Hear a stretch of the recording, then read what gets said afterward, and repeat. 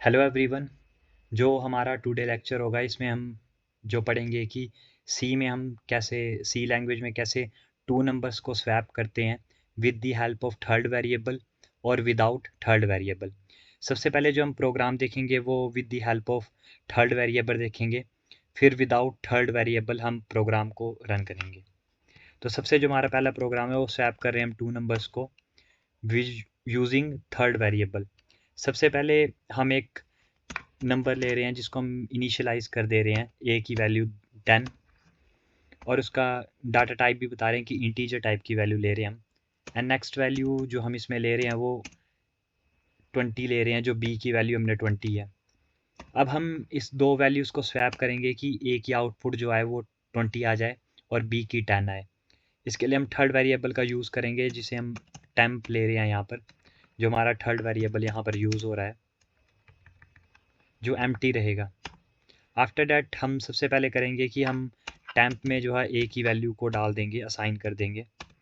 अब क्या हुआ इससे कि जो हमारा ए था वो फ्री हो गया मेमोरी में, उसमें जो 10 वैल्यू थी वो जो है टैम्प में स्टोर होगी। अब ए यहाँ पर हमारा फ्री हो चुका है। आफ्टर डैट ए अगर फ्री हो गया तो ए में हम जो वैल्यू साइन करेंगे वो बी की कर देंगे। तो यहाँ पर स्वैपिंग होगी कि 20 वैल्यू जो बी की थी वो 20 में, वो ए वेरिएबल में चलेगी, मतलब 20 वैल्यू ए में चलेगी है।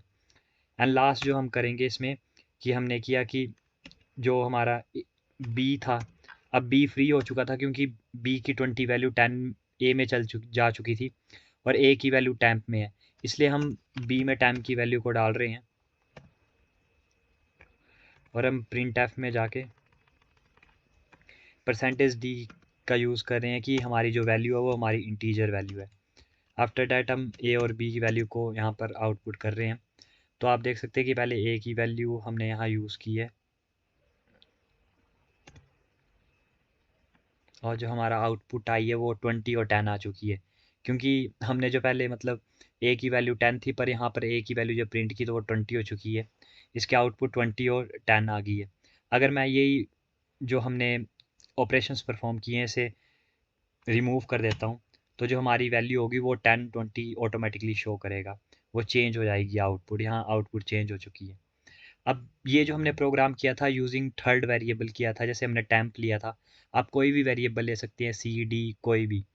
अब हम using the third variable without third variable इस प्रोग्राम को जो है परफॉर्म करेंगे, जिसमें हम मैथमेटिकल्स ऑपरेशन का यूज़ करेंगे, जिससे जिसे हम अर्थमेटिक ऑपरेटर्स बोलते हैं। हम इसमें प्लस और माइनस का यूज़ करेंगे। सबसे पहले हम ए में जो है वो ए प्लस बी की वैल्यू को स्टोर करा देंगे।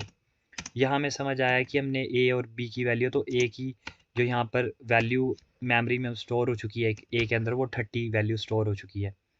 आफ्टर डैट हम ए और बी की वैल्यू को माइनस करेंगे और माइनस करने के बाद वो बी में जाके स्टोर करवा देंगे।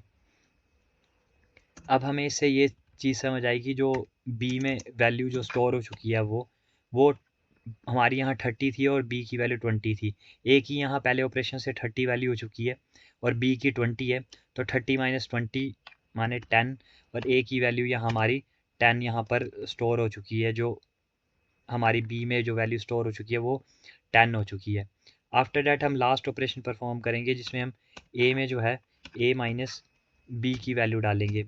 यहाँ पर हमारे पास ए की वैल्यू 30 है और बी की वैल्यू 10 है, तो हम जब इसे माइनस करेंगे तो जो हमारी वैल्यू ए में जाके स्टोर होगी वो वैल्यू जाके हमारी 20 स्टोर हो जाएगी। तो हमारा यहाँ पर स्वैप हो चुके हैं नंबर की, बी में 10 जा चुका है और ए में जो हमारी वैल्यू है वो 20 जा चुकी है। तो हमारा आउटपुट 20 और 10 आ चुका है, जो हम रन करने के बाद देख रहे हैं कि ए की वैल्यू 20 हो चुकी है, पर हमने जब स्टार्टिंग में ली थी तो ए की वैल्यू 10 थी और ये आफ्टर डैट 20 हो चुकी है, और बी की वैल्यू 20 थी और यहाँ पर 10 हो चुकी है। सेम अगर मैं इसे रिमूव कर देता हूँ ऑपरेशन को, तो आपकी सेम वैल्यू प्रिंट होगी 10 and 20। Thank you so much.